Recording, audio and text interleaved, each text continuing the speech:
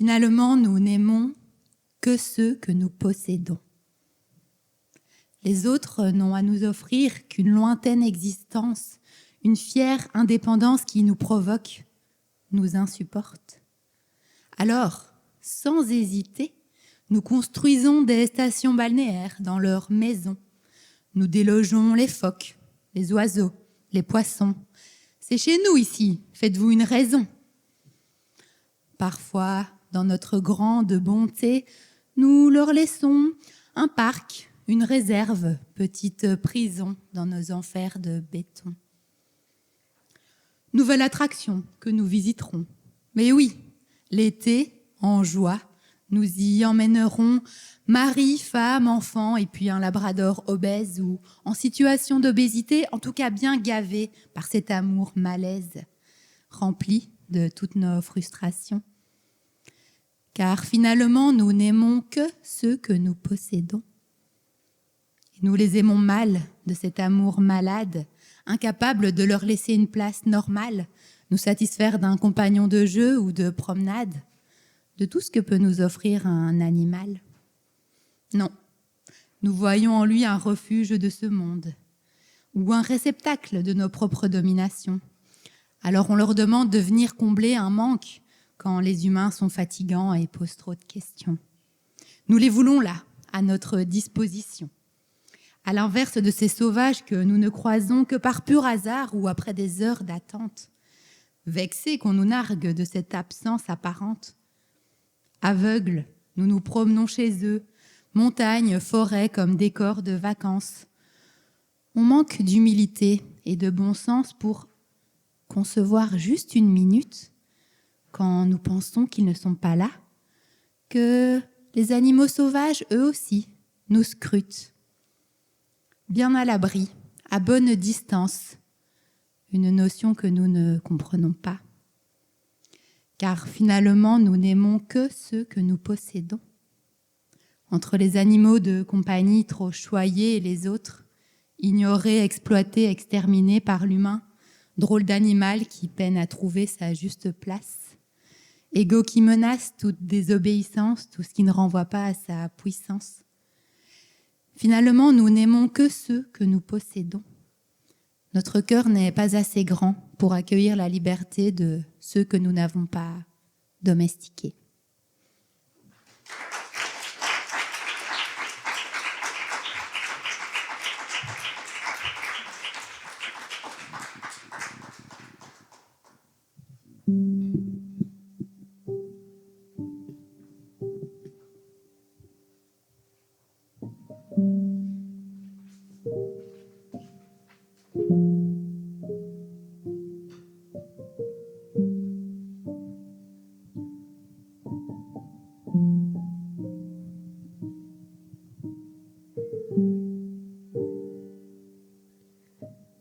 Les graines de magnolia sont recouvertes d'une robe rouge. J'en ai dévêtu quelques-unes il y a quelques semaines pour en espérer la germination.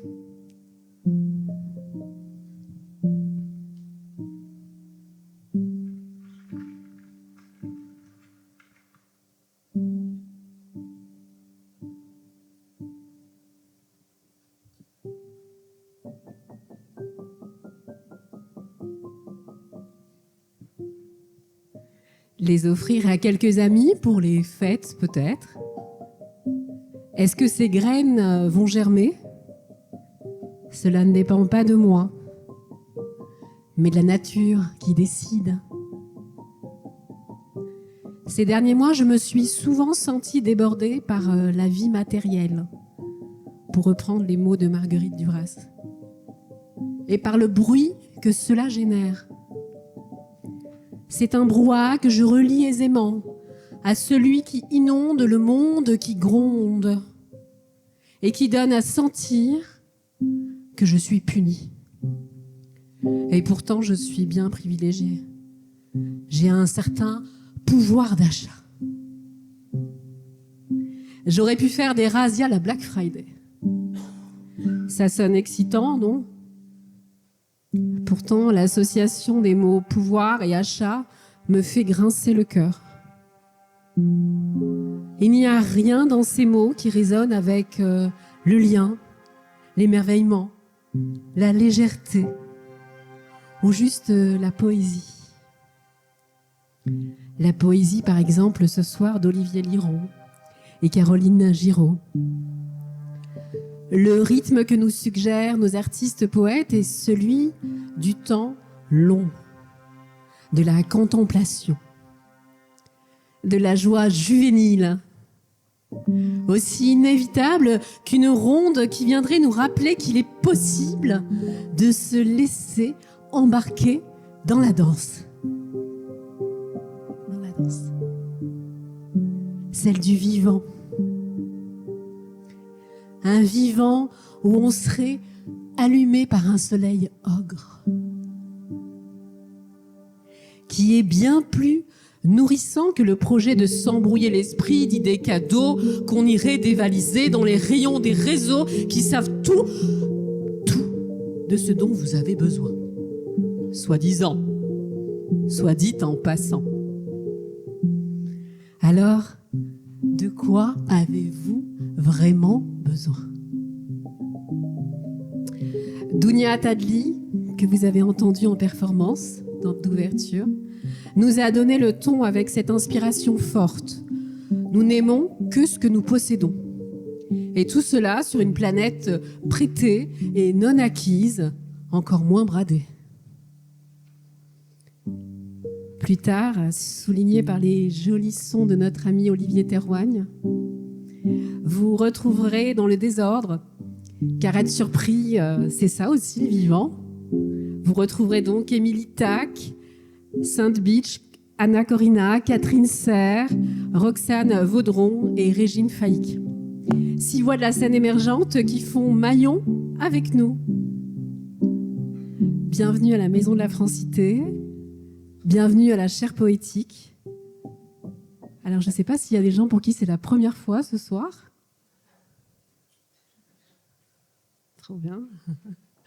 La Chaire Poétique, c'est la chaire sans E, à chair. En effet, c'est une chair qui se souvient, une chair qui frissonne, une chair qui fait lien ce soir.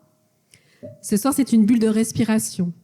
Non pas pour oublier la gravité de ce qui nous entoure. Je sais que certains et certaines d'entre vous étaient ces dernières heures et ces prochaines heures aux manifestations. Et je les soutiens et nous vous soutenons. Respirons donc pour se rappeler qu'à l'instar des mousses, nous sommes dans l'impermanence. Nous sommes de passage par ici, et pourtant bien résistants. Qu'il est toujours possible, par notre lenteur, notre douceur, d'être présent, présente à un monde bien vivant. Je vous propose d'entrer dans la ronde. Bienvenue, bonsoir.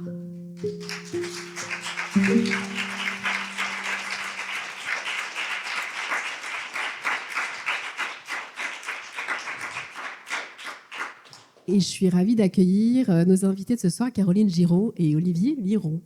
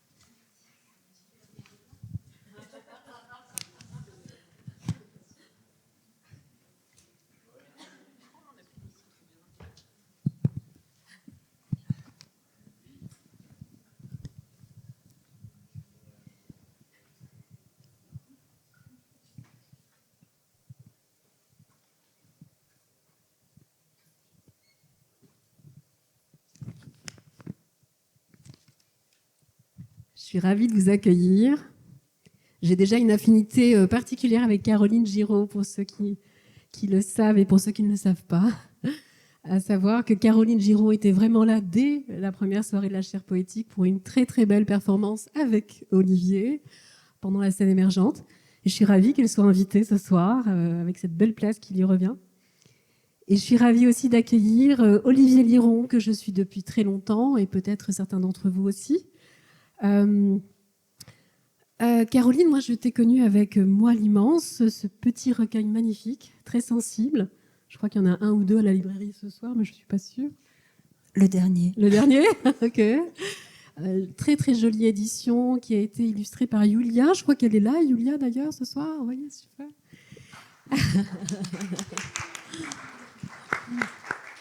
Et Olivier, moi je t'ai connu avec Danse d'atomes d'or, avec le livre de neige aussi, Les sardines.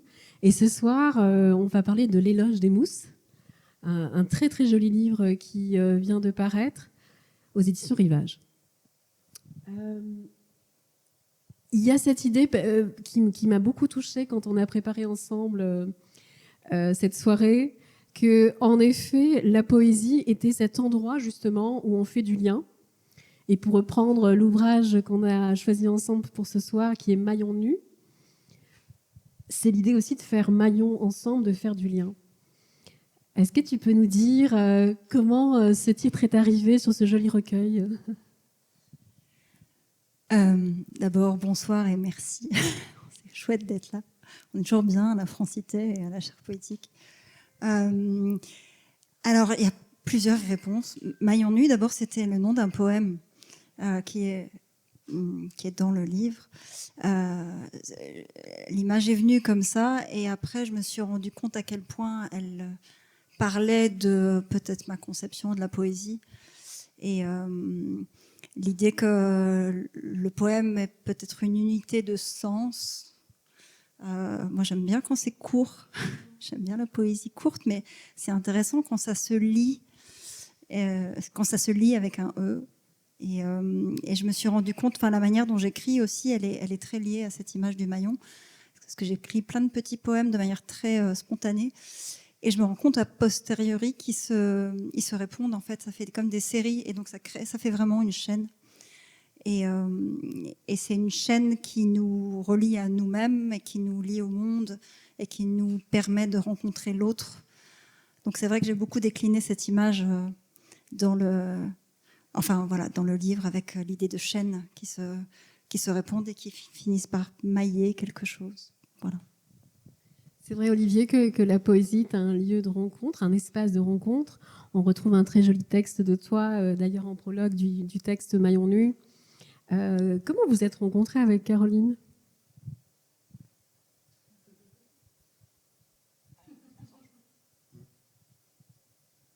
Tu veux répondre ?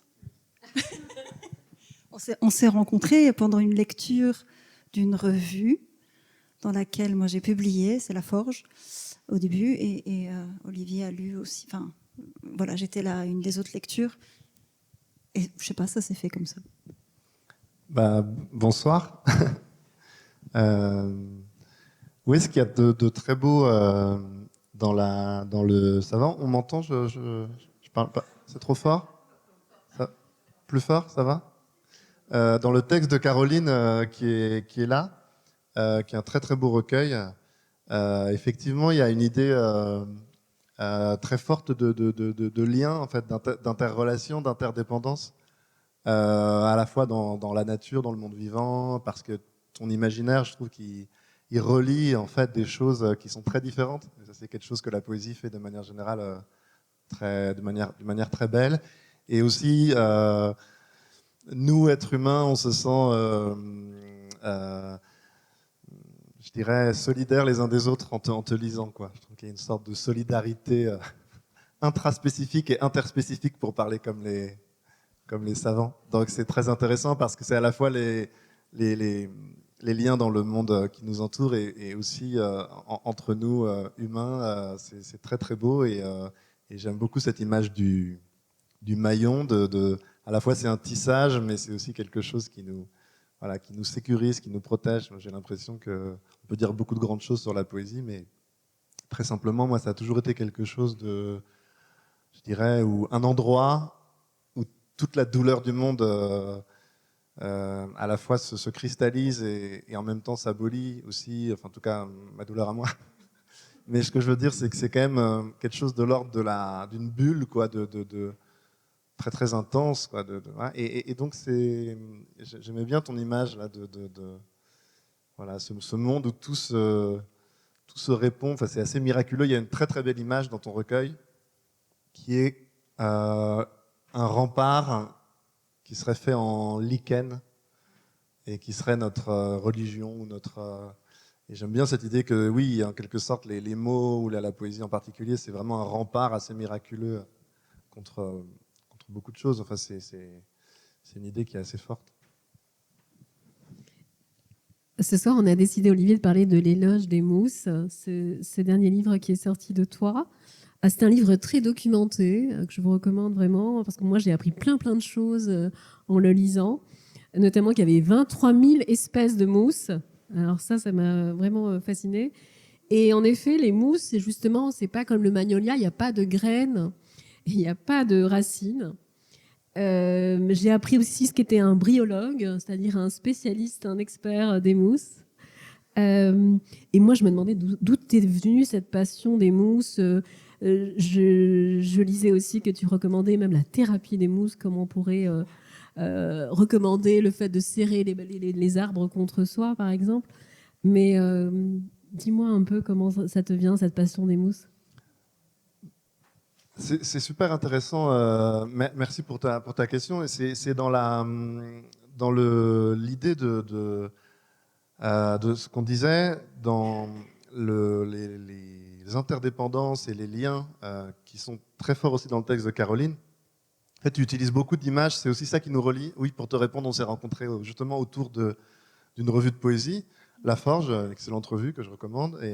Et donc, on s'est rencontrés justement autour de ce lien que permettent ces soirées. Je trouve que c'est assez fort. La poésie, en fait, est un écosystème au milieu du monde au sein même du monde littéraire. La poésie est un écosystème qui repose beaucoup sur des solidarités. C'est quelque chose qui peut être assez fort ailleurs, mais en particulier. On s'est rencontrés comme ça. Et dans ton texte, Caroline, il y a beaucoup d'images qui sont du monde végétal. Je pense que ce qui est assez... Il me semble, en te lisant que, et c'est une idée que je partage, c'est que ça conjugue à la fois une extrême fragilité, parce que tu dis oui, un brin de mousse, par exemple, c'est rien du tout. On ne le voit pas, c'est invisible, on passe devant. Et ça conjugue une extrême fragilité, une extrême longévité, une extrême résistance. Ces végétaux, je pense qu'un des trucs qui m'intéressait, c'est que c'est vraiment la vie, quoi. C'est vraiment l'amour de la vie, je crois, l'amour de ces végétaux qui ont 450 millions d'années. Au départ, il y avait des algues un petit peu dans les océans, et puis les végétaux sont arrivés sur les continents, qui étaient complètement nus. Et à ce moment-là, les premières plantes terrestres, si vous voulez, ce sont les mousses. Donc après, le sol, l'oxygène, le sol sur lequel nous marchons et qui nous nourrit. Enfin, les mousses sont vraiment nos marraines, c'est les premières formes de vie terrestre, quoi. Ça remonte donc c'est la nuit des temps, quoi. Et il y a un truc très très beau là-dedans. Et je trouve qu'effectivement, s'intéresser, c'est aussi le cas dans ton recueil, à des formes de vie vraiment minuscules, à des prodiges en fait, mais qui se tiennent dans l'infraordinaire, qui se tiennent dans ce qui n'est a priori pas visible à l'œil nu, parce que les mousses, il faut parfois une loupe pour savoir les distinguer. Donc ouais, il y a quelque chose de magique, quoi. Et je suis vraiment sensible à l'idée que c'est autour de nous, ça ressemble à rien, on ne sait pas trop ce que c'est. D'ailleurs, tout le monde les confond avec des lichens, et moi aussi, au départ. Et donc, je me dis, c'est intéressant, en fait, que la beauté soit tout autour de nous et que nous ne le sachions pas, quoi. Mais vraiment, c'était très émouvant. Et du coup, ouais, j'avais envie de partir un peu à la recherche. J'espère que voilà, ça vous fera voyager si vous avez cette curiosité de chercher vraiment dans la science les réponses à leur secret de fabrication et les secrets de leur quasi-immortalité, quoi. C'est des plantes qui sont quasiment immortelles, quoi. Enfin, je veux dire, moi, je trouve ça assez beau. Mais donc, je suis parti un peu dans une sorte d'enquête pour savoir quels étaient les secrets magiques de ces plantes.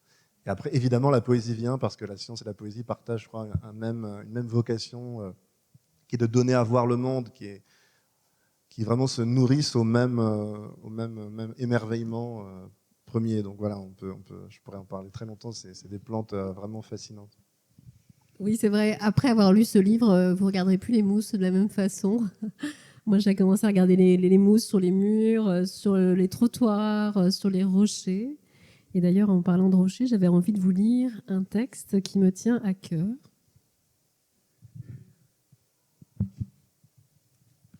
Qui est un texte de Laura Schlichter, qui était avec nous d'ailleurs ce soir. Un texte issu de Murmuration. Le caillou. Sur le petit sentier, j'ai choisi un caillou, l'ai glissé dans ma bouche, goûter à son histoire, sentir l'odeur de terre, des sous-bois qui embaument des mousses, qui aboient, puis placer dans ma poche. Personne ne peut le voir. Personne ne peut le voir. Pourtant, si vous saviez combien, quand il se ferait chemin jusqu'à ma paume, qui tremble, à secouer les lignes et l'horizon, il est là.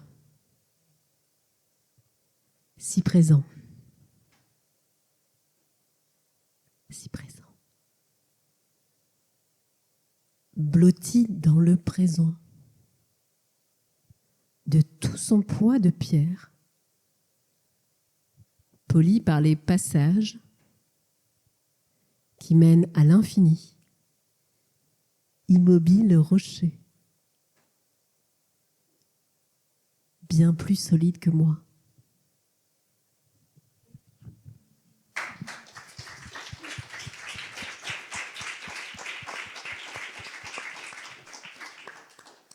Je voudrais rebondir un petit peu sur ce que disait Olivier.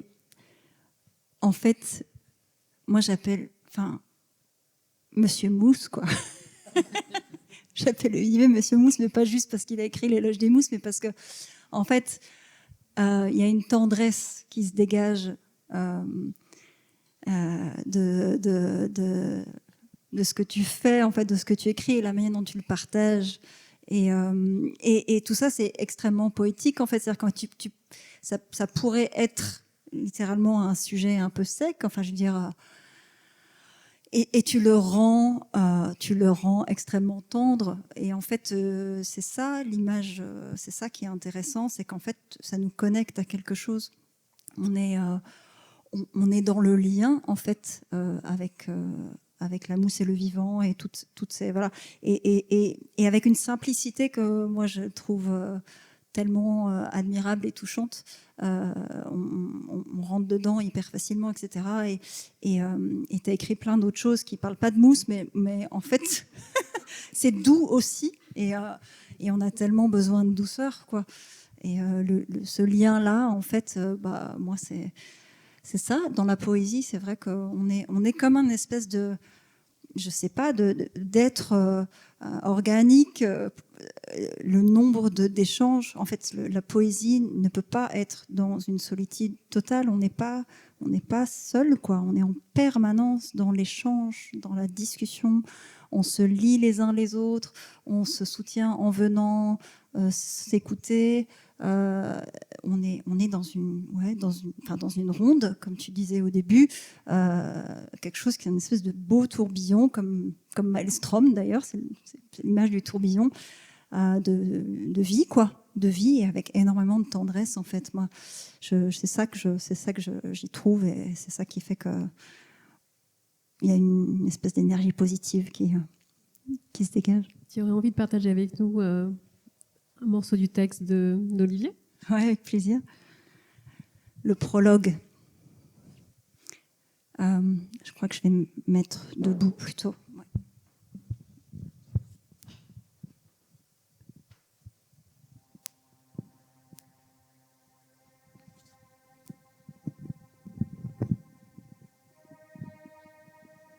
Vous m'entendez ? Je viens de la nuit des temps. Je suis de partout, de tous les lieux, les forêts, les cascades, les steppes, la glace des pôles, les tourbières. Je suis la fille de la lumière et de l'eau. Les brins minuscules de mon corps sont aussi beaux que la chevelure des comètes, et 1000 fois, j'ai fait face aux tourments de la vie. 1000 fois, j'ai survécu aux catastrophes. Mes sœurs et moi avons la couleur de l'espoir. Je suis vaste comme la Voie lactée et les galaxies. Le vivant se baigne dans l'eau verte de mes feuilles. Je suis la vie à l'état de soleil vert. Je suis infime, infinitésimale. Et pourtant, je suis reliée à l'ensemble du monde végétal. Néanmoins, je ne suis ni arbre, ni fougère, ni lichen, ni algue. J'ai pour amis les nuages, les nus tout là-haut dans le ciel. Je suis issue de la même révolte, de l'insoumission et de la liberté. Je suis l'errance enracinée, l'ancrage sans racines. Je suis l'arc-en-ciel qui s'arc-boute à sa beauté. Je suis la singularité qui danse. Je suis la sensibilité qui crée. Incolo ergo sum. J'habite le monde, donc je suis. Je vous parle, mais je ne suis pas un être humain, ni même une fée, un elfe, ou une autre de ces créatures que l'imagination humaine produit lorsque vous cherchez à entrer en contact avec les puissances visibles et invisibles du monde. Une extraterrestre alors ? Pourquoi pas ? Ce ne serait pas complètement inexact, puisque mes ancêtres, les algues, habitaient la planète pélagique. Je suis la vie même, qui n'a pas d'elle-même à justifier, qui dépasse l'entendement humain. Je suis la mort qui est encore la vie, je suis le chant qui est encore la douleur, je suis le silence qui est encore la parole. Je suis au-delà de vos antinomies. Je suis votre ancêtre, votre grande sœur, votre protectrice. Je forme sur le sol des forêts et des jardins la cohorte des veilleuses, des gardiennes. Je remonte entre les vertes apparences jusqu'au mystère des origines, jusqu'à l'escorte des sources. Avec mes amis, nous croissons dans la lumière, nous nous mêlons au vent et à la pluie, au froid et aux cendres. Nous sommes arrachés pour mieux revivre ailleurs, nous sommes emportés dans le cycle des êtres des ères géologiques, des étés et des hivers. Pierre qui roule trop vite n'amasse pas mousse, ou plutôt ne m'amasse pas.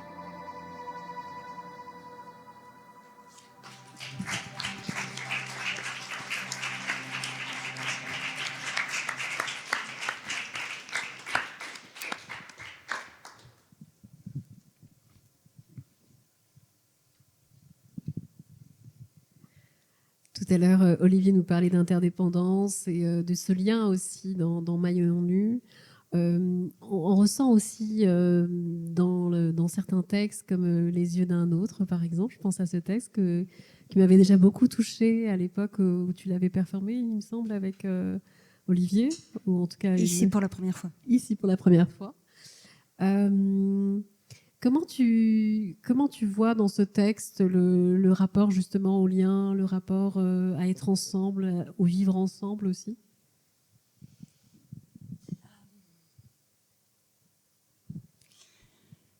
Alors, dans Maillon nu en général, et peut-être dans Les yeux d'un autre en particulier, il y a quelque chose qui est de l'ordre de... D'abord, on porte un regard... on essaye de comprendre. Enfin, il y a quelque chose qui est de l'ordre d'essayer de comprendre ce qui se passe et surtout d'essayer d'aller comprendre ce qu'on comprend le moins. Et on peut s'y perdre d'ailleurs, mais il y a quelque chose qui se passe de l'ordre de la métamorphose quand on regarde. On est dans une espèce de porosité qui à un moment ne fait plus de distinction entre qui regarde et ce qui est regardé. On se transforme par le regard. Enfin, le regard nous transforme. Et on peut être dans une confusion comme ça, mais c'est aussi l'essence d'une certaine forme d'empathie, en fait. Et donc voilà, enfin, c'est un livre que j'ai conçu justement dans cette notion de transformation. D'ailleurs, le texte lui-même, la forme du texte évolue au fur et à mesure des chapitres. La lumière évolue, la lumière change, la saison change à chaque fois. Et à la fin, on se retrouve avec des textes très très courts, très très épurés.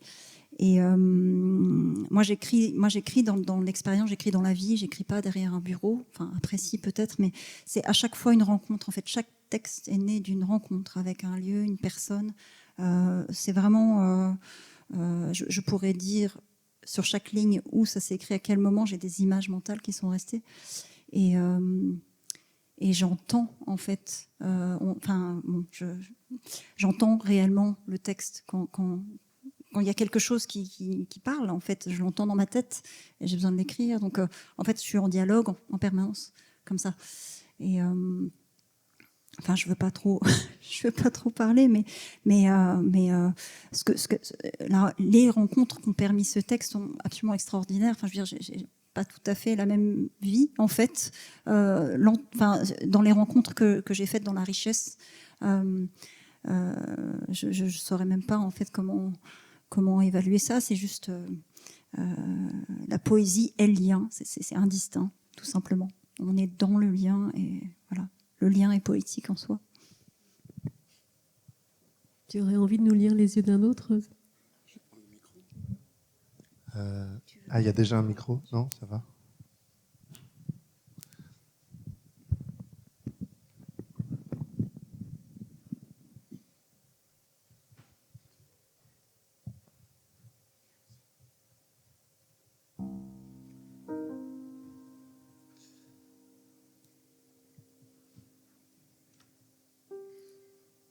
Je vous lis quelques poèmes du recueil de Caroline qui s'appelle Maille en nu. Mais effectivement, c'est très juste. Il y a, je trouve, une ouverture, une empathie, une sensibilité super forte. Voilà.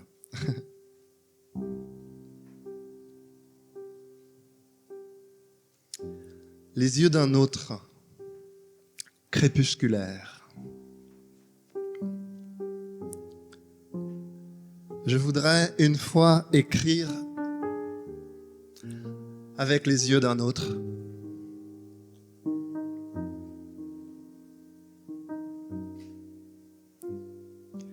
Qui ne douterait pas, qui tracerait sa déroute. Dans un champ de cerises, le fruit sourd à l'oreille, le sourire grisant du jus sur sa chemise. Sans le moindre remords ni la moindre banquise, à la place du sort. Ce serait reposant. Je voudrais, une fois, vivre l'aplomb d'un autre qui dévore en riant un lundi monotone avec des cure-dents. Chante à qui veut l'étendre que c'est bon de pisser sur un parterre de roses. Qu'importe si ça sent. Flora me pardonne. Il ressemble à un faune avec son air content. Je voudrais une fois sentir ce que ça fait de baiser une femme comme on prend un café. Ignorer son pays, ses parents, ses rêves, ses enfants. Pourquoi elle se retrouve pour un peu de monnaie à devoir faire semblant. Je voudrais une fois savoir comment on fait pour lancer une guerre contre l'humanité. Juste pour exister dans les livres d'histoire et un jour, à La Haye, devoir se justifier, sacrifier les enfants, Comment on fait? Je voudrais une fois marcher droit devant, comme un cheval de trait qui ne pense qu'au fouet et au foin qui l'attend, qui ne pense qu'au foin et à l'eau qui l'attend, et à l'eau droit devant, et à l'eau qui l'attend pour son dernier souper, pour son dernier été.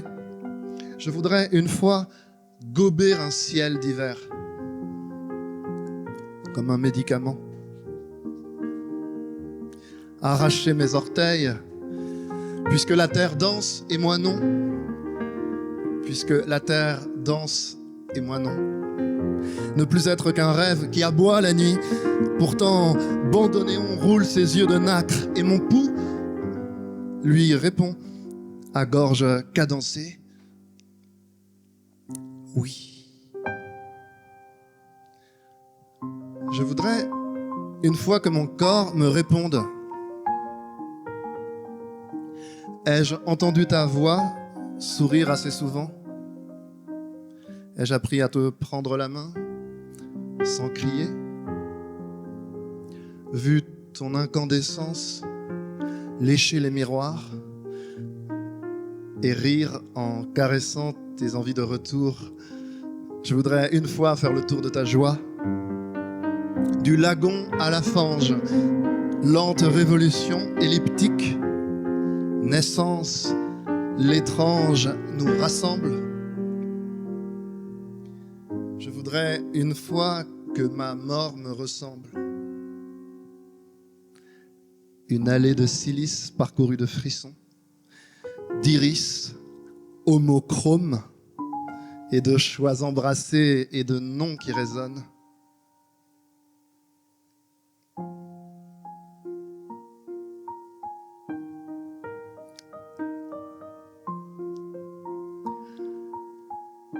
Au monde, lumière d'après-midi, l'été.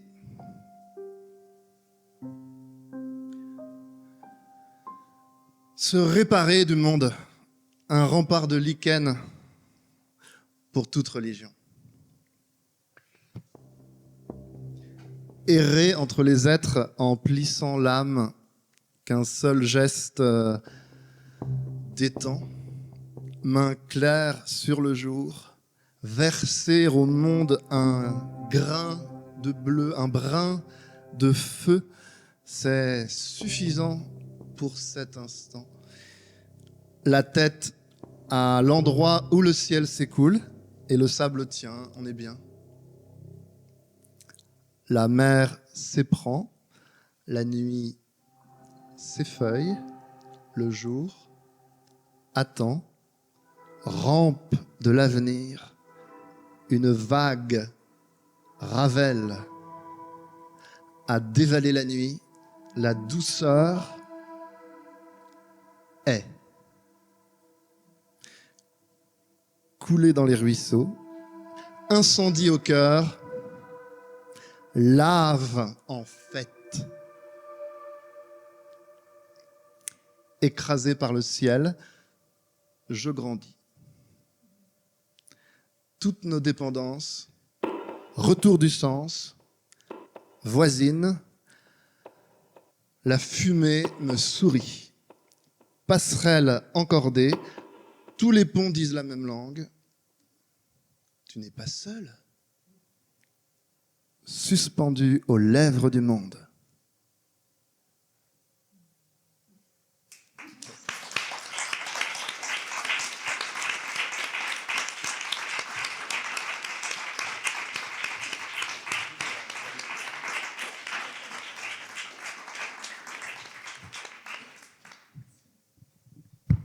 Merci Olivier.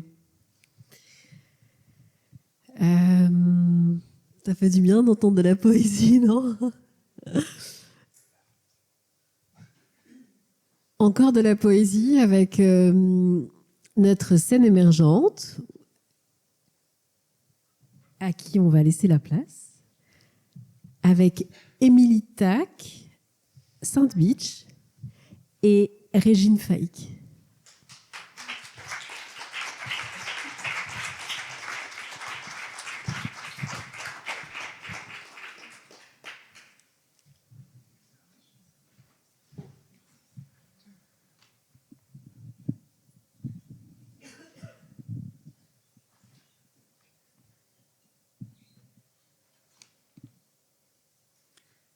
Chaque matin, je me lève de bonne heure pour admirer la rosée.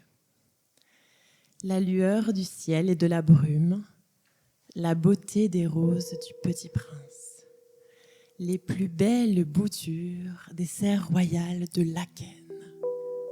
Pensez-vous que je dise vrai ? Eh bien non. Tout cela est en effet tout à fait faux. Voilà pourquoi. 1. Je ne cote pas chez le roi. Il a déjà assez de maîtresses et d'enfants illégitimes. 2. Je me lève tard, car longtemps je ne me suis pas couchée de bonne heure. 3. Il y a un petit épouvantail dans mon jardin.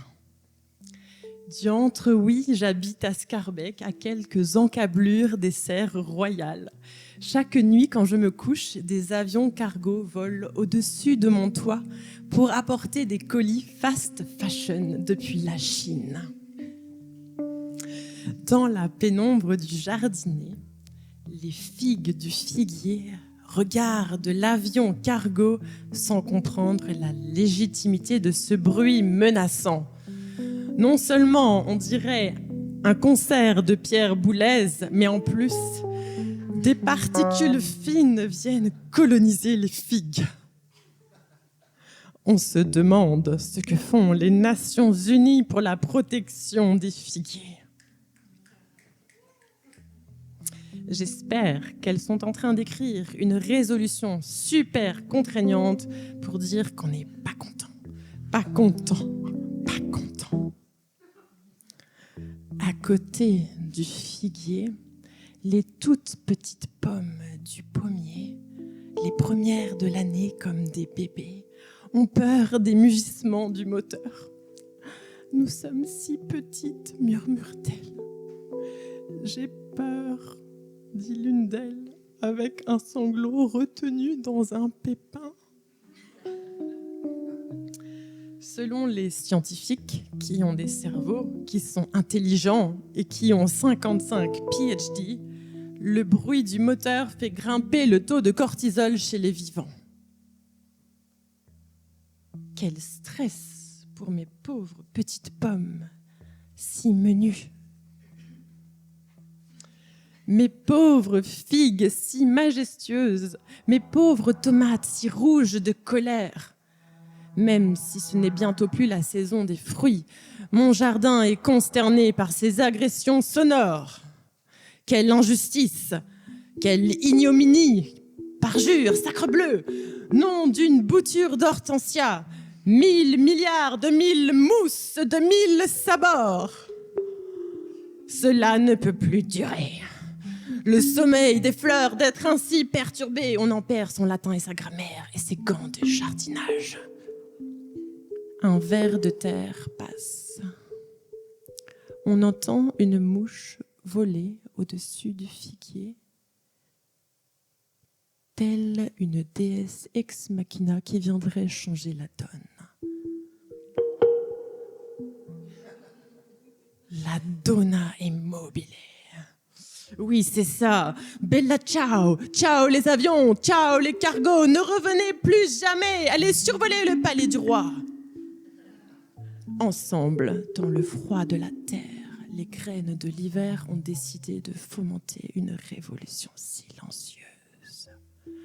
Au printemps, tout fleurira de plus belle pour faire la nique aux avions de passage, au dioxyde de carbone et au méthane, au réchauffement climatique, à Trump et à l'intelligence artificielle.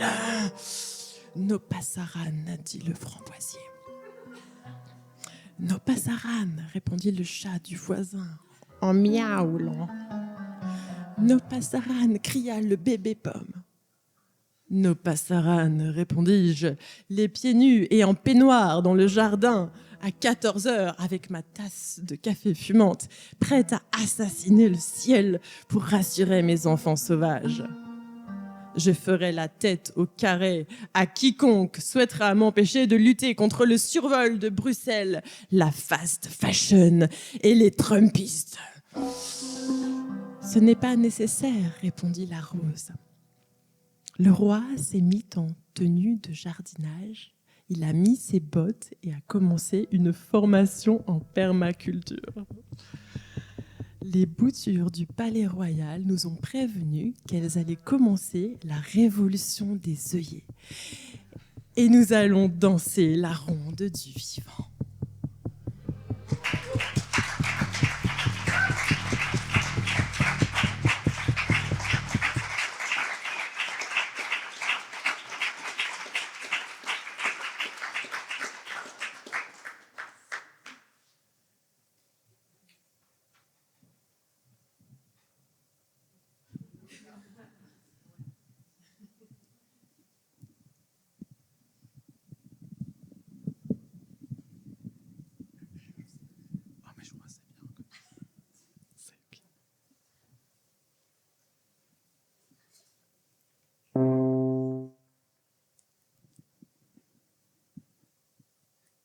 Quand je veux connecter, je mets les mains en terre, coopérative maraîchère.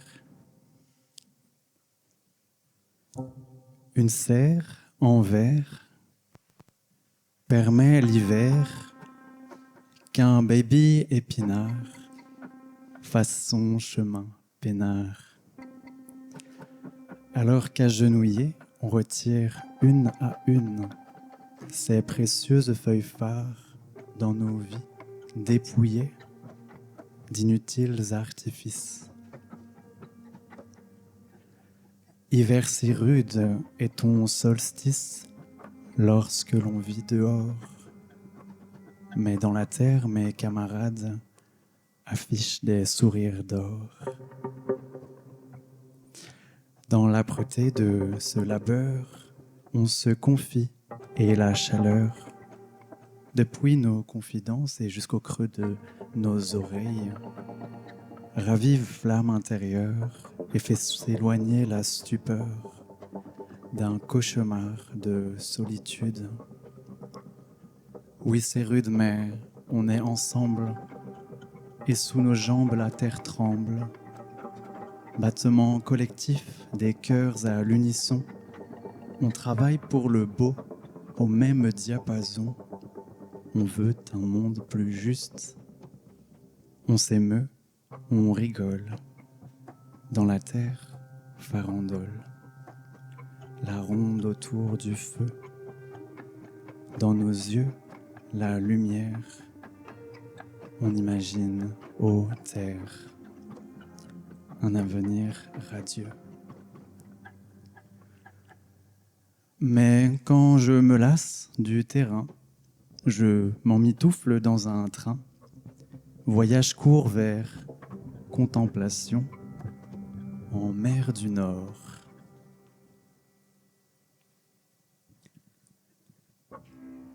Plume vol d'aise de retrouver chatoiement de la mer dorée, écaille d'écume d'un coup de lance, elles se nourrissent, ainsi la danse des éléments amourachés, d'un élan viscéral et d'or, de la naissance jusqu'à la mort.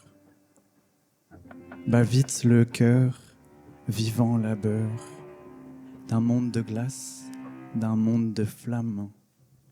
Un jour la joie, un jour le drame. Viscérale danse, reflet d'en haut, esprits en transe, des ici-bas.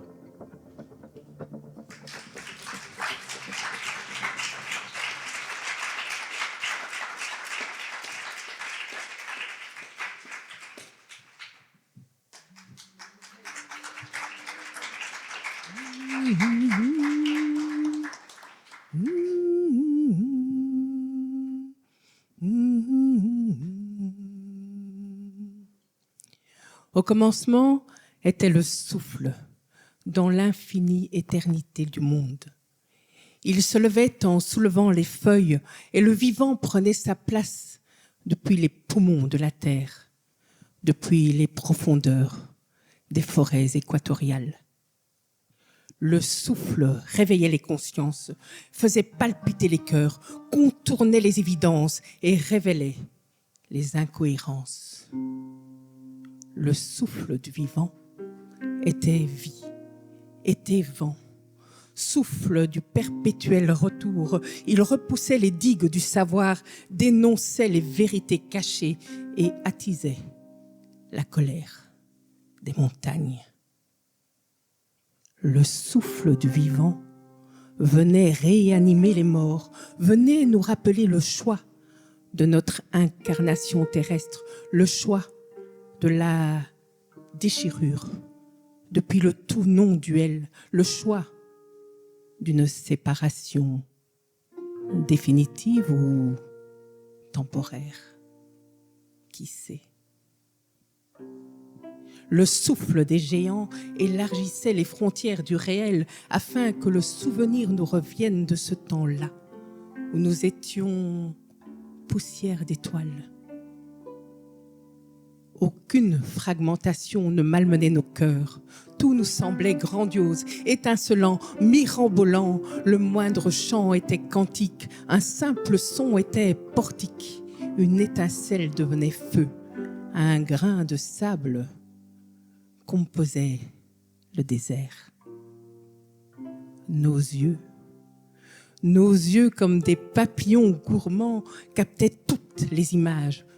L'inconstance originelle de notre monde en mutation nourrissait des rêveries osées dans lesquelles le corps des femmes dénudées était offert à des artistes munis de pinceaux ingénieux.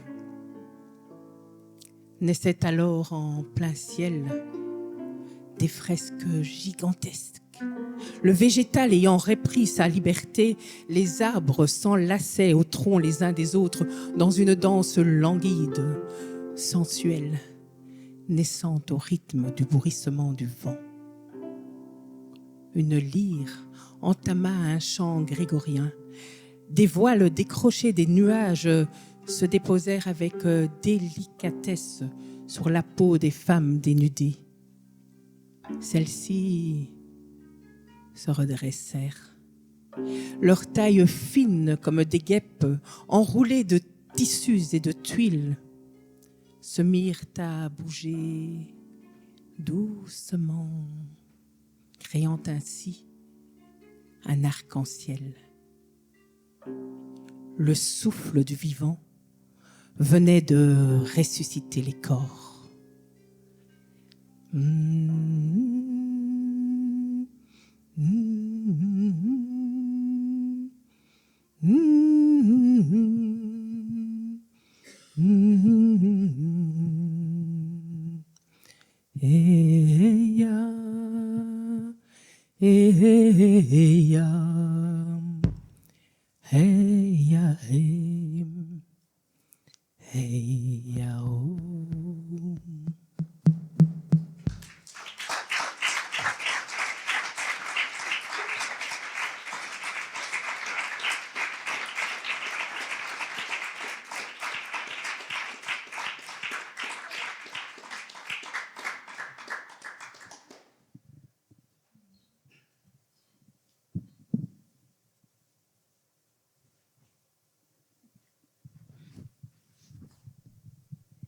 C'est le moment de l'entracte.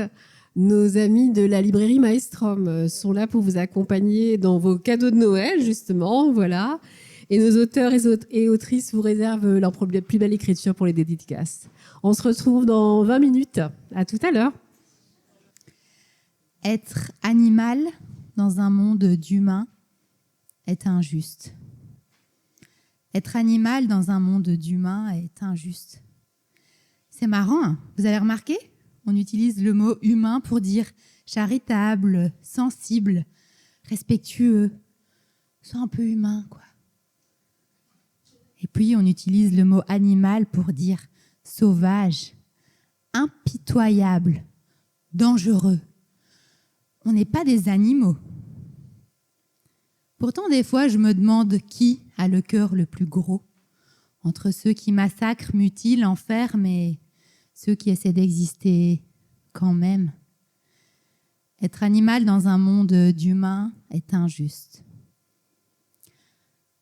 9 kilomètres, c'est la distance qu'une laie, sanglier femelle, a parcourue à la nage pour fuir une chasse le long d'une plage quelque part en Bretagne. Arrivée sur une petite île, elle a donné la vie à 3 marcassins. L'histoire aurait pu être jolie si les humains avaient appris à prendre soin. À la place, ils ont tué la petite famille. Tu comprends, ils abîmaient les jardins. Être animal dans un monde d'humains est injuste.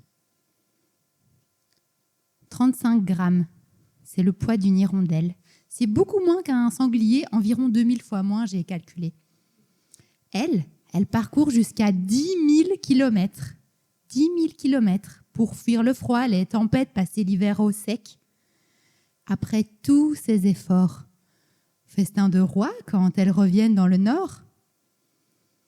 Pesticides polluent leur proie. Rien à grignoter pour ces insectivores. Suppression progressive de leur habitat. Quand arrivent les petits corps migrants épuisés par une traversée sans carburant, on ne leur offre qu'un accueil morose. Tiens, ça vous rappelle pas quelque chose? Être animal dans un monde d'humains est injuste. Alors vous vous bousculerez pour me dire « Tu sais, la loi de la jungle, c'est pas une sinécure. » Moi, je répondrai pas fière que nous sommes les seuls dans la nature à génocider nos congénères.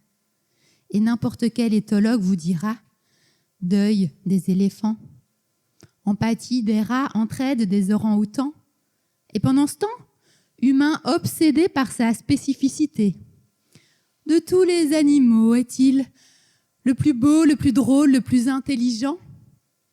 Enfin, c'est évident, de tous les animaux, les humains sont les plus violents. Alors d'autres diront pour moi que j'idéalise, que je vis dans un dessin animé, qu'il faut bien s'alimenter. Moi, je répondrai que ma force, je la puise dans ma sensibilité. J'ose m'y frotter. Puissance apaisée.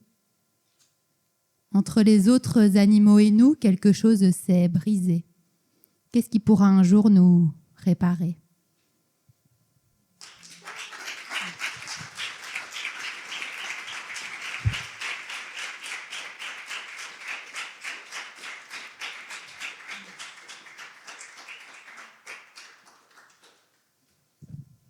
Dounia Tadli, merci beaucoup.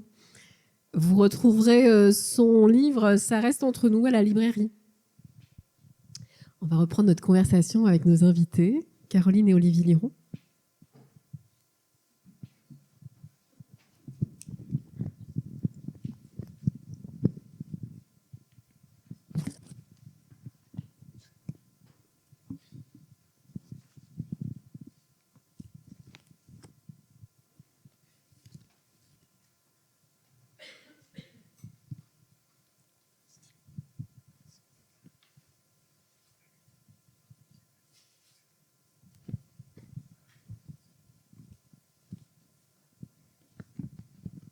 En guise d'introduction de cette conversation, je voulais vous lire un poème de Forough Farrokhzad, « Je suis la flamme ».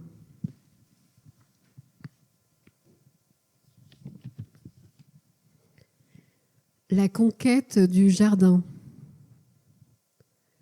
Ce corbeau s'envole au-dessus de nos têtes, fend le songe inquiet d'un nuage hagard, transperce l'horizon de ses cris acérés pour porter nos nouvelles à la ville. Tout le monde sait. Tout le monde sait que toi et moi, nous avons entrevu le jardin à travers une lucarne froide et morose, que nous avons cueilli la pomme sur la branche espiègle et lointaine. Tout le monde a peur. Tout le monde a peur, mais toi et moi, unis à la lampe, à l'eau, au miroir, nous n'avons pas eu peur. Je ne parle pas de la pâle union de deux noms, ni d'une étreinte dans les pages désuètes d'un recueil. Je parle de ma chevelure heureuse, des coquelicots brûlants de tes baisers, de l'intimité de nos corps dans le secret, de notre nudité étincelante, comme les écailles des poissons dans l'eau.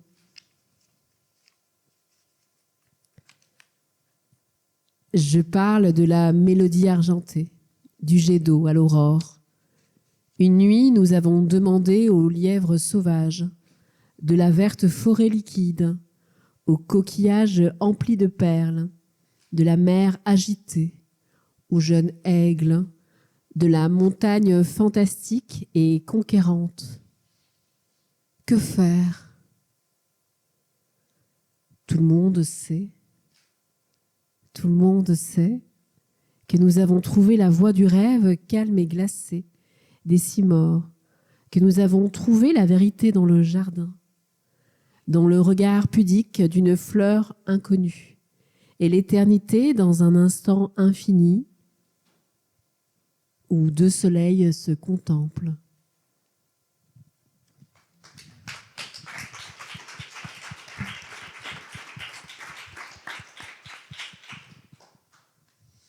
Il y avait quelque chose de très léger et de grave aussi dans ce poème que je trouvais.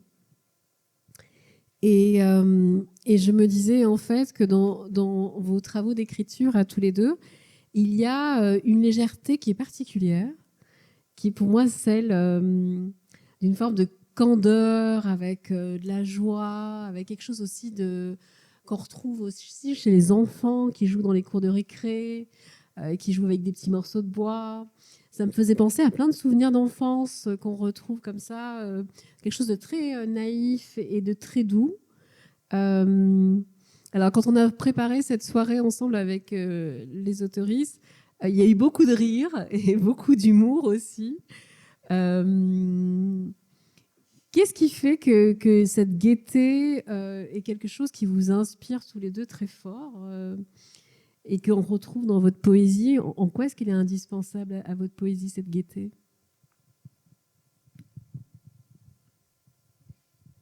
Moi, je suis quelqu'un de très gai, donc...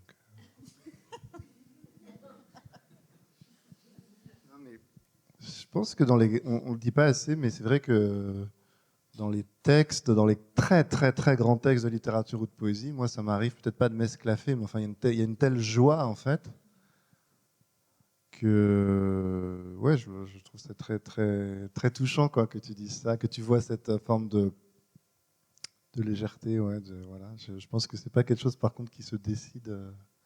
Je pense que ça vient un peu de la manière de voir la vie peut-être aussi, je sais pas. Mais je me souviens que j'ai perdu ma grand-mère récemment. C'est une grand-mère que j'aimais beaucoup et il y avait d'ailleurs sur sa tombe des petites mousses qui étaient là d'ailleurs. C'est étonnant, elles sont partout quoi. Et c'est beau, hein, la vie, la mort comme ça, et puis les mousses qui continuent jusqu'à... Bref. Elle avait une façon très, très, très à elle de raconter des histoires. Et ce qui était extraordinaire, c'est qu'elle racontait la guerre dans son pays d'origine, elle racontait tout un tas de choses absolument, des drames absolument effroyables qui surpassaient tout ce que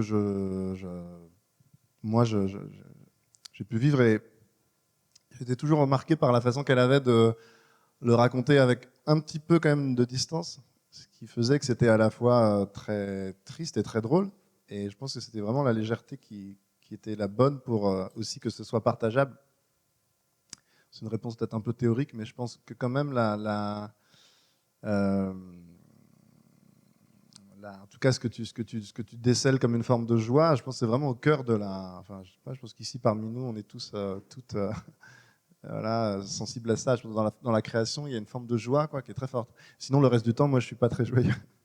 Mais vraiment, là-dedans, tu vois, par exemple, la poétesse que tu viens de lire, c'est extraordinaire. Voilà, d'autres poèmes, et c'est incroyable. Je me souviens d'un poème, c'est très très mal, mais elle dit « Je suis un enfant qui rentre de l'école à pied ». Quoi. Mais la phrase qui est extrêmement simple, « Je suis cet enfant qui rentre de l'école à pied ». Et c'est une suite comme ça, c'était extrêmement beau. Quoi. Et c'est vrai que ça me procure une joie qui est, je pense, similaire à celle de l'enfance. Parfois, Et alors, ce qui est bien dans le recueil de Caroline, c'est vrai qu'il y a un truc assez magique. Je termine avec ça, où en terminant le livre, ou en le relisant en tout cas, à la deuxième lecture, j'ai fermé le livre de Caroline et j'ai eu un flash. Je marchais comme ça, j'étais parti marcher dans la forêt, enfin, peu importe, mais je marchais comme ça et j'ai eu vraiment un flash et j'ai vu la couleur je l'ai dit à la fin dans le petit texte que j'ai vu la couleur du sable que j'avais quand je me promenais enfant, mais qui se télescopait parce que j'étais pas du tout en train de marcher dans un endroit sableux. J'ai terminé le recueil et où j'y repensais et j'ai eu vraiment une vision. Voilà, c'est cette magie des textes de faire surgir en nous des images qui n'y sont pas, quoi. Ouais, il y a un des trucs les plus beaux qu'on m'ait dit sur un de mes livres, c'était mon premier roman qui s'appelle Danse d'atomes d'or que tu as cité. Un jour, une personne vient me voir sur un salon du livre et elle me dit « J'ai aimé votre livre, merci beaucoup, ça me touche. » Et vraiment, moi, ce que j'ai aimé dans votre livre, c'est la scène à l'aquarium, la rencontre amoureuse à l'aquarium, elle est extraordinaire. Évidemment, il n'y avait pas d'aquarium dans le livre. Donc, je ne les ai pas, je dis « Bon, elle se trompe, elle m'a pris pour Marc Lévy ou que sais-je, voilà, pour quelqu'un qui vend beaucoup plus de livres que moi. » Et donc, j'ai un peu joué le jeu, mais je dis « Bon, d'accord. » Et j'ai essayé de savoir, voilà, est-ce qu'elle l'avait vraiment lu? Puis après, elle m'explique, je dis oui, elle l'avait vraiment lu. Je dis, mais vous savez, ah si. Je dis, mais elle est où cette scène? Elle me dit, bah, quand ils se rendent au café, et après, ils vont à l'aquarium, et ils regardent les poissons, etc. Et elle était émerveillée par cette scène, mais qui n'avait pas lieu. Alors j'ai essayé et j'ai trouvé ça génial parce que j'ai tenté de retracer la généalogie de cette lecture, et j'ai compris, c'est qu'effectivement, à un moment dans le texte, et pas très loin de cette scène qui n'existait pas et qui était clairement la meilleure de mon livre. Vous fatiguez pas à écrire. Laissez les gens écrire des scènes incroyables qui n'y sont pas.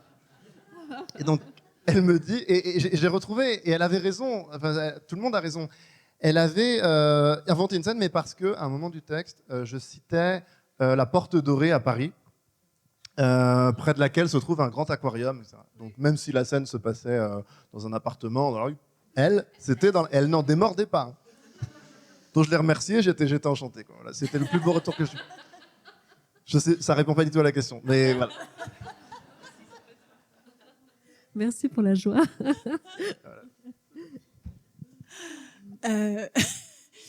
En fait, l'écriture, le jeu, quoi. En fait, l'espèce de liberté infinie qu'on a quand on écrit, quand on s'autorise à des associations de mots complètement incongrus et qu'on laisse venir, mais quel kiff, enfin, c'est génial. Il y a quelque chose qui est, moi j'ai l'impression d'être une gamine en fait. C'est vraiment quelque chose. Ah ouais, bah tiens, aujourd'hui, on décide pas en fait, juste ça vient, c'est comme si on faisait des blagues, quoi, au fur et à mesure de la conversation. D'ailleurs, en fait, on fait beaucoup de blagues quand on échange avec Olivier. C'est un peu... ça n'en finit plus en jeu de mots, en trucs totalement absurdes. Mais juste... c'est pas du travail, ça. C'est juste... c'est qu'on est juste content d'être là et d'être dans la... Voilà. Et l'énergie que ça donne, en fait, elle est incommensurable, en fait. Et ça se nourrit. Donc moi, en fait, la légèreté, elle est là parce qu'en fait, c'est comme si on avait ouvert une porte, quoi. Ouvert une porte sur un monde ou sur plein de mondes, et on peut le faire tous les jours. Et c'est une démarche, en fait. Et c'est une pratique. Je crois que c'est un truc qui s'entraîne aussi. Moi, ça a peut-être aussi à voir avec moi une espèce de technique d'écriture qui est venue tout seul, parce que moi, en fait, j'ai commencé à écrire sur Instagram, hein, comme en fait beaucoup de gens récemment, je crois. Je prenais des photos, puis je faisais des petites légendes, et puis voilà, ça continue comme ça. Et en fait, j'ai gardé ce truc-là, et c'est devenu un espèce de peut-être exercice de joie pour citer quelque chose qui est une formule un peu convenue, certes, mais l'idée de laisser venir les images et de laisser venir les mots, et en fait d'être dans la poésie sur le vif, quoi. C'est-à-dire écrire, je vois des choses, je les écris, et puis après je regarde, je vais ça fait un poème. Et comme ça, et avec avec l'idée du rebond aussi que j'aime bien. Parfois, il y a parfois les scènes qu'on voit, parfois les mots qui viennent sont pas forcément des mots qui parlent de joie. Parfois c'est des choses où on est quand même plutôt les pieds dans la bouillasse. Mais l'idée quand même, c'est qu'on a envie quand même de relever la tête de ce mouvement, quoi, vers le haut, où on cherche le... En fait, on a juste envie de chercher quoi, dans le paysage autour de nous quelque chose qui va nous faire relever la tête. Et c'est vraiment la démarche pour moi. Est-ce que je peux lire un petit passage comme ça? En fait, d'ailleurs, il y a un passage que j'ai écrit dans un refuge à 5 heures du mat, après avoir lu une scène de la stratégie de la sardine, un autre super livre d'Olivier, une scène où je me suis vraiment, je pouvais, en fait, j'ai eu une crise de fou rire comme j'en avais pas eu depuis un certain temps. C'est une scène où si, c'est une scène où il y a une prof de danse japonaise qui a un accent et donc elle raconte comment on fait la pieuvre et tout ça. Et cette scène, en fait, me revient régulièrement et je commence à me marrer. Et j'ai écrit un poème après ça et qui n'a rien à voir. Je vais vous lire. Si je retrouve.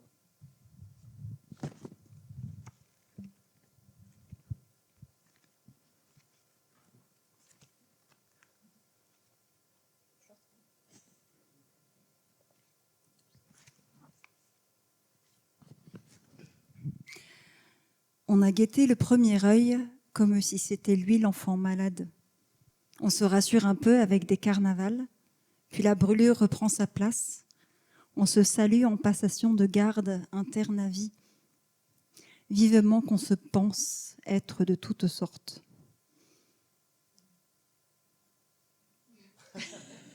Et c'est toujours l'idée d'avoir un tire-bon à la fin. Et j'ai juste en lire un deuxième si on a le temps, parce que c'est vraiment... C'est la tentative, quoi. Ça peut pas être plus que ça. On tente. Et peut-être on trouve du sens là-dedans. Si je peux, comme on cueille une boucle sur un pull de laine, comme on dégagerait le lobe d'un enfant, un regard entendu entre deux inconnus. Si je peux, bercer un front soucieux vers la cime d'un chêne, en un mot, une note, une goutte, un cheveu.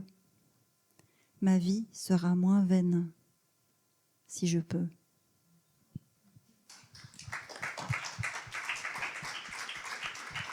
Merci Caroline. Il y avait aussi ce très joli recueil paysage avec Koala. Et je ne sais pas s'il est à la librairie, je crois que oui, je l'ai vu. Oui. Et j'aimerais beaucoup aussi que tu nous lises un passage, Olivier.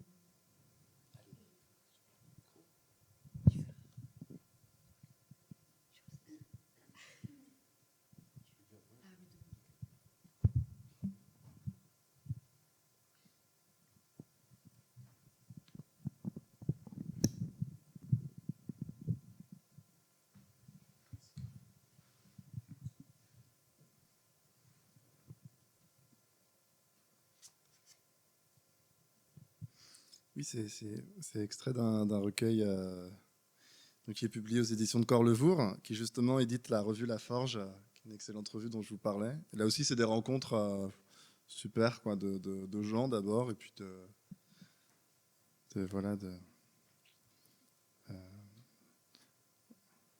j'avais une petite hésitation. Celui sur la Bretagne.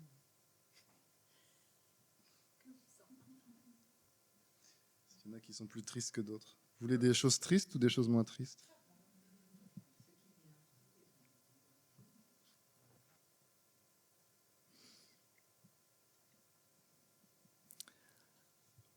Pas tout à fait la lumière du soir. Ce n'est pas tout à fait la lumière du soir. Celle qui s'enfouit doucement dans le velours secret des ombres, entre les vieilles pierres qui ne peuvent pas être déchiffrées. Bête, bercée entre les pailles brûlantes de l'hiver, on pourra juste un peu s'asseoir autour d'une table où bouge un peu de feu fragile sur les paumes d'une ville. Ce n'est pas tout à fait un solstice d'hiver, en tout cas pas celui qu'on attendait. Ce n'est pas cette lumière qu'on espérait toucher des lèvres, un désespoir d'ambre et de saveur mourante de raisin, cette lumière. Pourrait-on oublier cet adieu dévorant en France, le dernier regard dans une rue en pente qui redescendait vers la mort. Cette façon de se dérober, de tout perdre pour une trouvaille, au mieux pour le souffle las de la neige. S'y mêler. Si tu tiens à moi, va-t'en, au moins juste pour que la neige recouvre un peu le chagrin, qu'on puisse longer la mémoire jusqu'à cette zone d'entrepôt là-bas où tremble un vieux lait de tendresse immobile. Mais il ne faut pas que l'on y réfléchisse. On voudrait seulement avancer très en douceur dans la nuit jusqu'à ce que l'on soit changé en autre chose, en nuée ou en brouillard. C'était pas tout à fait l'hiver, pas l'hiver qu'on attendait. Mais la ville est là, un peu là, très là, tout près. Et il y a de la chaleur. Une chance qu'on ait pu échanger un regard, un moment avec tout l'univers en vrac dedans, avant qu'il ne soit trop tard. C'est comme une pause avant que la nuit nous esquive et nous démasque. Et même si ce n'est pas tout à fait la lumière du soir, pas la lumière qu'on attendait, il faudra composer. S'y plaire, ça reste une évidence. Nous ne nous goûterons plus, je pense. Qui de nous dira légère la ritournelle de la fin? Alors on use ses souliers et sa mélodie en rythme. Et déjà tout est moins lourd. Que faire puisque c'est sûr ce que nous fûmes s'enfouit dans les draps grèges de l'hiver, puisque ton ombre est moins réelle que le fantôme que j'en dessine, puisque la neige tombe sans douleur et sans bruit. Ce n'est pas tout à fait un poème, en tout cas pas celui qu'on attendait. Mais regarde, la bière dort très avant dans la nuit, les gens se réunissent pour parler. Le soir s'avoue par la buée entre les ombres. Regarde comme il fait bon. On dirait que c'est la fin d'une saison, d'un poème, ou peut-être une histoire sans histoire, une façon de recommencer. Il y a aussi des poèmes qui parlent de koala.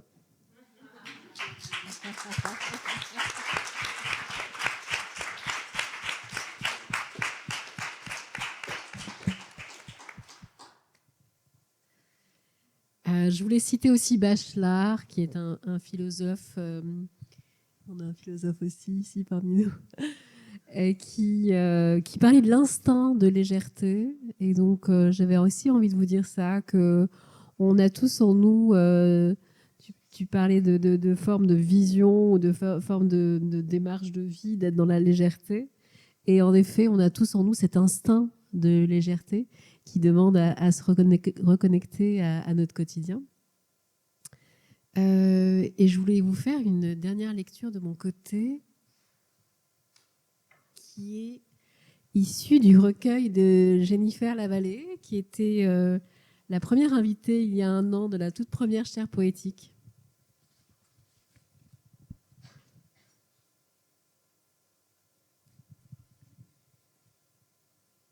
Libellule rouge posée sur le ruisseau bruissant, pas une barque, mais un palmier, en guise de mât, et des maisons qui ressemblent à des bateaux. Dimanche pareil à une fin de vie miniature, rivage pâmé dans le lointain, rappelant la sournoise promesse de Dieu oublieux. À l'horizon, ça et là, des orages, du sombre et du soleil. La lumière fait son chemin, du vert au noir par centaines de noirs, de crayons. Le lac est au milieu des montagnes, soupière sous le couvercle du ciel. Cratère envahi par l'eau des pluies millénaires. Combien y a-t-il de cadavres dans ces fonds? Combien de champs enfouis depuis sa caldeira? De temps à autre, une feuille tombe. Sans cela, rien ici ne semblerait vivant.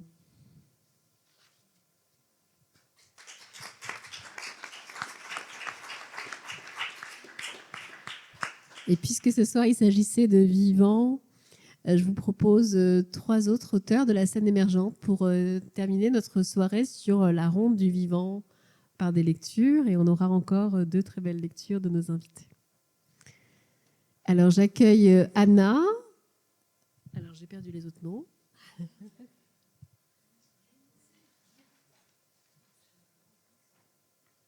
Catherine, bien sûr, et Roxane.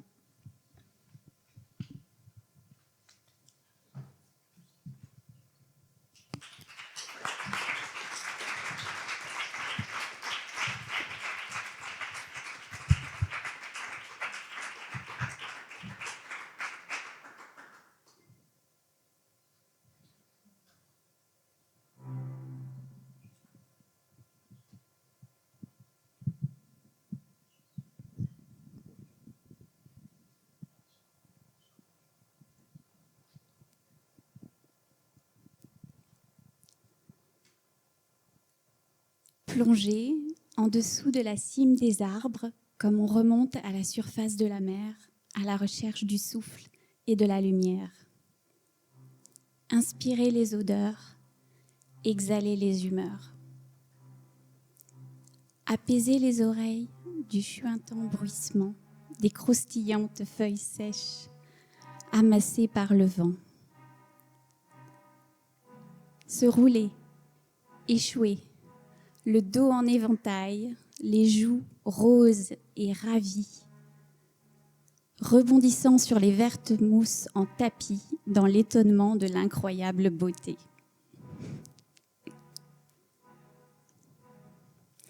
Le ventre à plat, les mains sous le menton, esprit enfant des bois, exacte béatitude. Les pieds, distraits, se balancent nus l'un l'autre, se caressent comme d'heureux présages.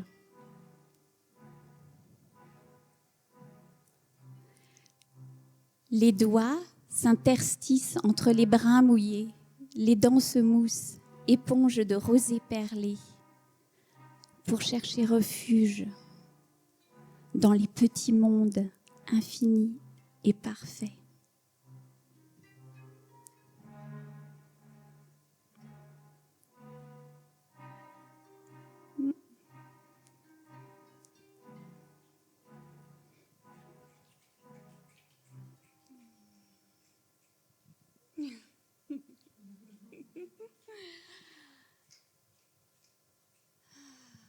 Trousser l'humus au ras du sol, les lichens fous, les arbustioles,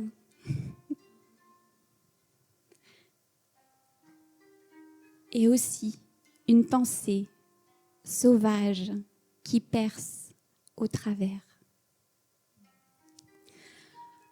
Foisonnement des dentelles et des tressages, texture curieuse, drôle de chaos du vivant, ce divinement organisé, faux semblant.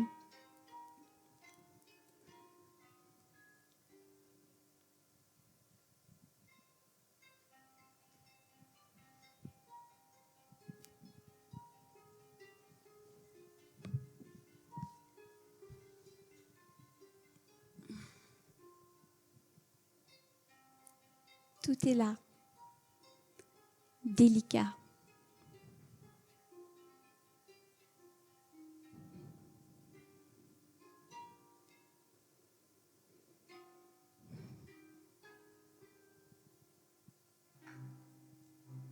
Le bonheur simple fait sous bois.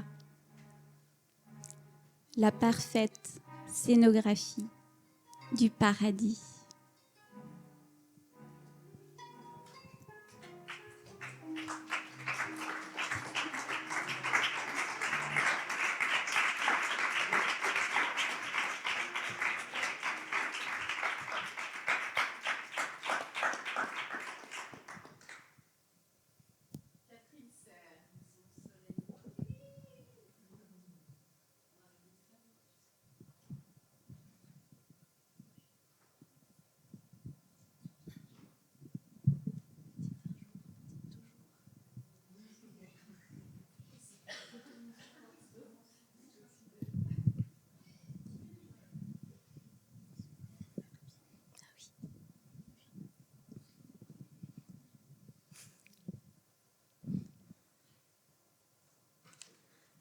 petit extrait.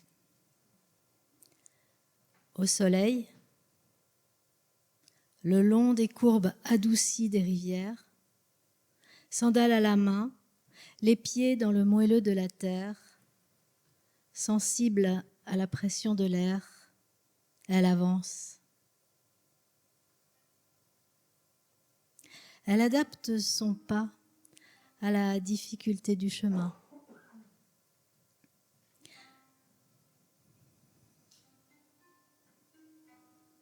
Un chemin qui la conduit de temple en temple, guidée par des corolles de fleurs offertes dans des coupelles posées à intervalles réguliers.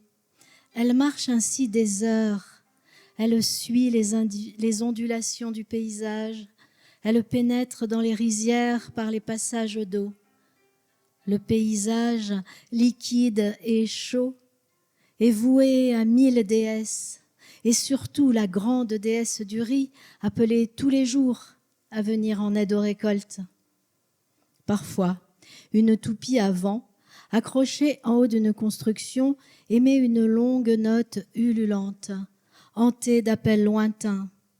Un ray de soleil irise les terrasses bordées d'eau, écailles d'or sous la lumière, leur disposition arrondie est si parfaite qu'elle en ressent une impression physique. Elle geint de plaisir un petit cri au fond de la gorge. Les pieds dans les rigoles d'eau tiède, elle marche depuis le matin quand une incantation remonte d'une mémoire ancienne et lui vient aux lèvres. Une sorte de prière, des mots répétés, simples, toujours les mêmes, dits et redits sur des notes tirées ou tapées. Elle les chantonne en boucle et l'horizon recule. Dans le silence, sauf les insectes et les chants d'oiseaux, le soleil dévoile à l'ombre d'un arbre 2 femmes accroupies autour d'un brasero chauffant de l'eau. Elle chuchote, complice, puis, yeux baissés et mains ouvertes, elle lui tend un bol de thé, émue de leur audace. Toutes 3 partagent l'hospitalité. Les femmes du lointain et l'étrangère, un goût rude sur les lèvres, une saveur inouïe dans la bouche. Sourire, clin d'œil et rire dans leurs mains, mimiques et exclamations, tout un langage d'onomatopées et de gestes expressifs. La voyageuse reste là. Dans les champs, les 2 femmes ont repris leur travail.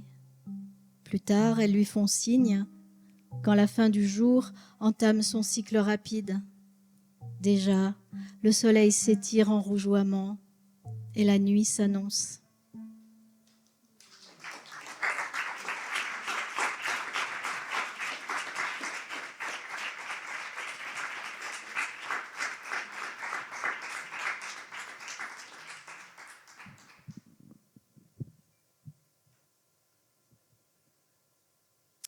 Je suis la petite des prés et des plaines, celle qui chevauche et qui fouette la campagne, celle qui aime les grands espaces.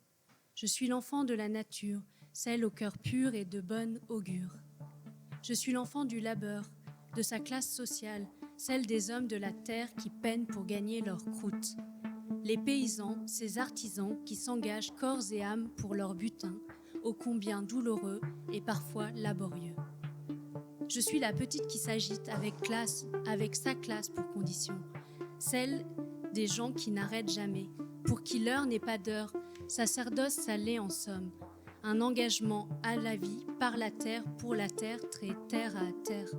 Je suis la petite avec ses tripes, celle qui aime de toutes ses forces, avec sa féroce vergogne sans borne, son arbre, sa terre, son étang, son chien. Oui, elle se les approprie, ainsi que sa brebis préférée, la galvaudée éclairée qui lui montre le chemin du ça soutient, à mi-chemin du ça soutient. Du soutien pour les adultes qui s'échinent à la tâche, partage pour tous les âges.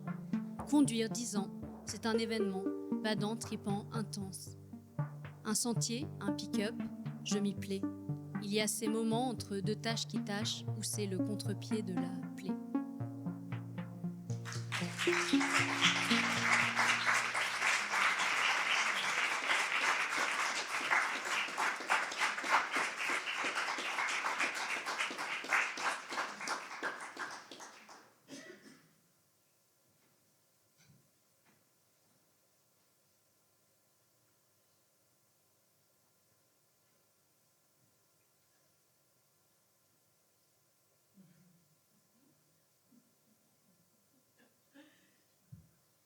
en pleine négociation. Est-ce que vous avez encore quelques minutes?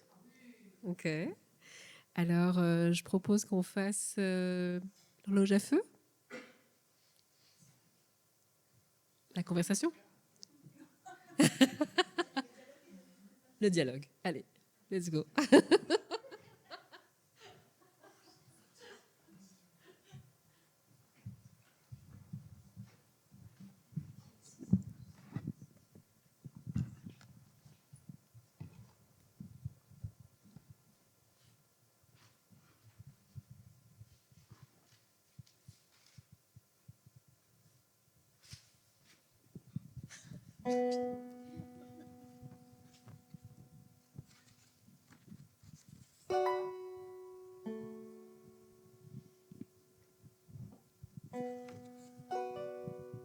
Bienvenue dans le monde des mousses.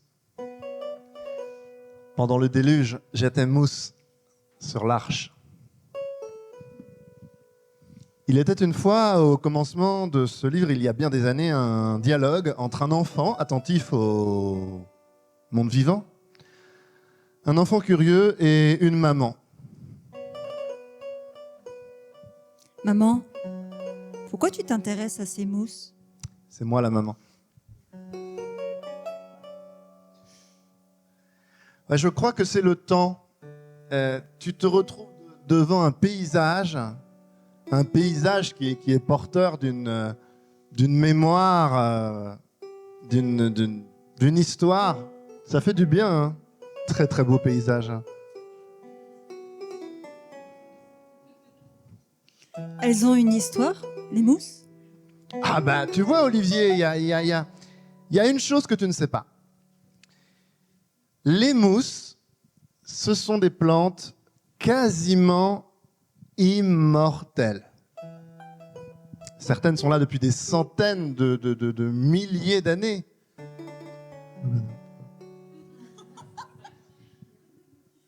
Chose qui est absolument impensable pour les humains. Une plante aussi frêle, aussi belle, aussi simple. Elles vivent plus longtemps que les arbres? Ah oui, bien plus longtemps que les arbres. Un arbre, même si rien ne change autour de lui, finit par vieillir et mourir. Comme toi, comme moi. Hein. Nos cellules sont programmées pour dégénérer peu à peu. Alors que les mousses, non. Si tu laisses certaines mousses, comme les sphènes, au même endroit pendant des millions d'années, même plus, eh bien, elles restent telles quelles. C'est le temps. Imagine, il y a toute l'humanité dans la tourbe, constituée par certaines mousses. Elles ont vu passer toute l'humanité. La tourbe? Bah, la tourbe, c'est ce que tu vois. C'est la tourbe. Et elle est constituée par les mousses qui se décomposent. Et en même temps, dans cette matière morte, les mousses poussent. Et la vie renaît. Oh, ces mousses ont traversé tous les cataclysmes et elles sont encore là. Comme toi, maman? Tous les cataclysmes? Comme moi, comme nous. Et c'est ça la leçon de la nature. La beauté du vivant. Et la vie est parfois surprenante. Hein. Il y a des crises. Mais toujours la vie reprend. Regarde, sauvage, imprévisible, libre. Et regarde cette forêt, elle n'était pas du tout comme ça il y a 200 ans. Hein. On a replanté des arbres, tout a changé. Bon. La vie continue. Cette mousse, c'est 250 millions d'années. C'est de 3000 fois l'humanité, t'imagines? C'est comme si on remontait à reculons. C'est un retour aux origines, c'est un témoin de la nuit des temps. Alors, ça conserve tout, les mousses? C'est comme un grand frigo? Oui, c'est comme une bibliothèque, Olivier. La nature est une bibliothèque. Tout s'y conserve, la mémoire du vivant. Ici, le temps ne passe pas, c'est l'éternité. Tu comprends, la mousse, elle a ce qui nous manque à nous. La lenteur, l'éternité, le silence. Enfin, c'est un ovni, quoi. C'est toi l'ovni, maman.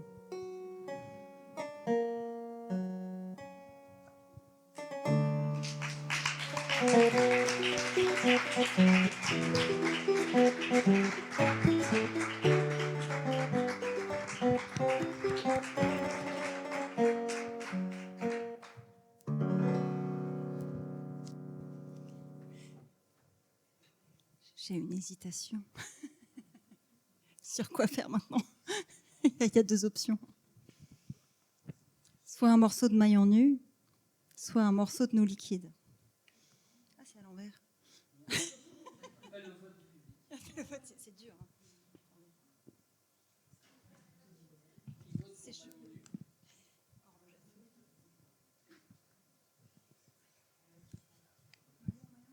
Ok.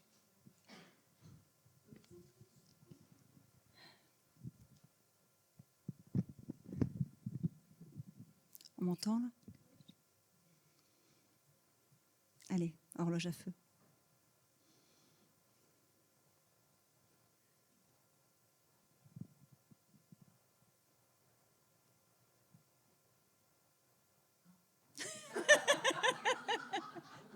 Mise à feu.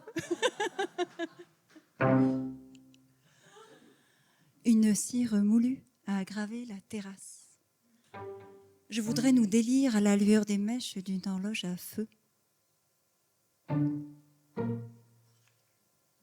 À la lumière du temps, combien d'années en torche à trahir la promesse à chaque jour unique. Après opération, ne reste que l'enfant au fond. C'est un vieux tronc pourri, l'artère du poème. Un gamin de 8 ans qui découvre la mort dans les bras d'un buisson. Ces bogues crus cueillis pour ceux qui partiront. Oui, mais la pousse neuve. Longue vie aux châtaignes.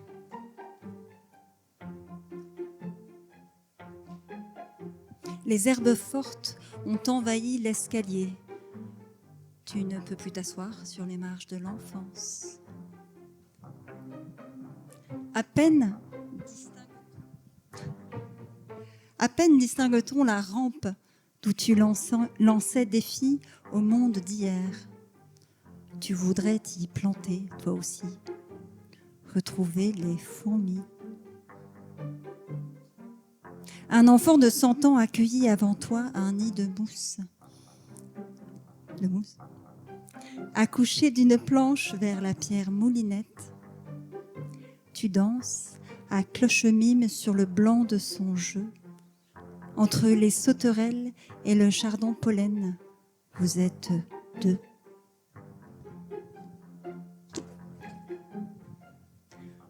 On a grandi. On a grandi et appris à se rire des pensées magiques. Puis la bourrache seule s'invite là où on l'avait rêvé.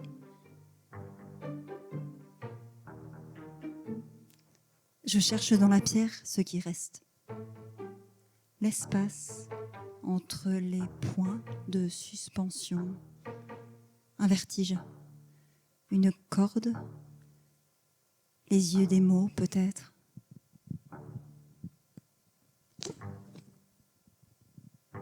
Lichen sur nos joues. Je m'invente un vieux trait de grande randonnée, un parterre de girolles à ramasser hier. Ainsi meurent les eaux calmes, les envies de jonquilles, les livres trop rangés. Je remballe le fil, s'assoit de parachute mal plié, saute par-dessus tête, sans or ni flèche. Je retombe sur terre, toi.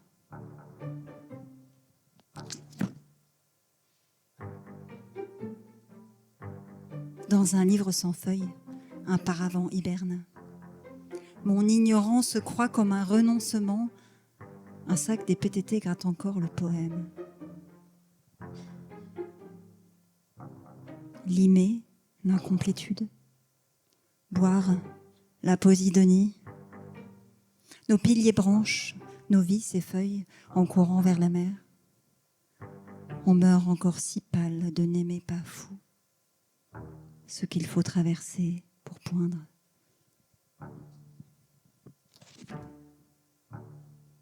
Heure de longue lune, jambes caduques, embrasser la fin. Je serai feuille parmi les jets.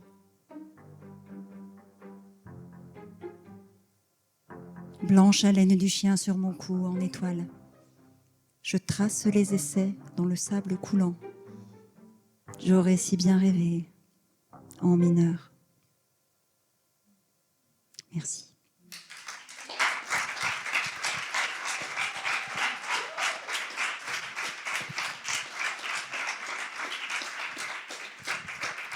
Merci. Que de belles lectures ce soir. Un grand merci à vous, cher public, d'avoir été là, d'avoir bravé le froid après d'épuisantes manifestations aujourd'hui et d'être là. Merci beaucoup. Merci à Olivier Terroigne pour ses accompagnements exceptionnels. Merci à nos invités, à Olivier d'être venu de Paris. Merci Caroline. Merci à la scène émergente avec 6 auteurs, autrices absolument exceptionnels ce soir. Merci à la Maison de la Francité de nous accueillir toujours avec beaucoup de soin et de beauté aussi. Et on vous retrouve le 13 janvier avec Selima Atala et Tristan Cassir pour parler d'amour. Donc j'espère que vous serez là. Une très belle soirée à vous tous. Un grand merci d'avoir été là ce soir et à très bientôt. Maison de la Francité.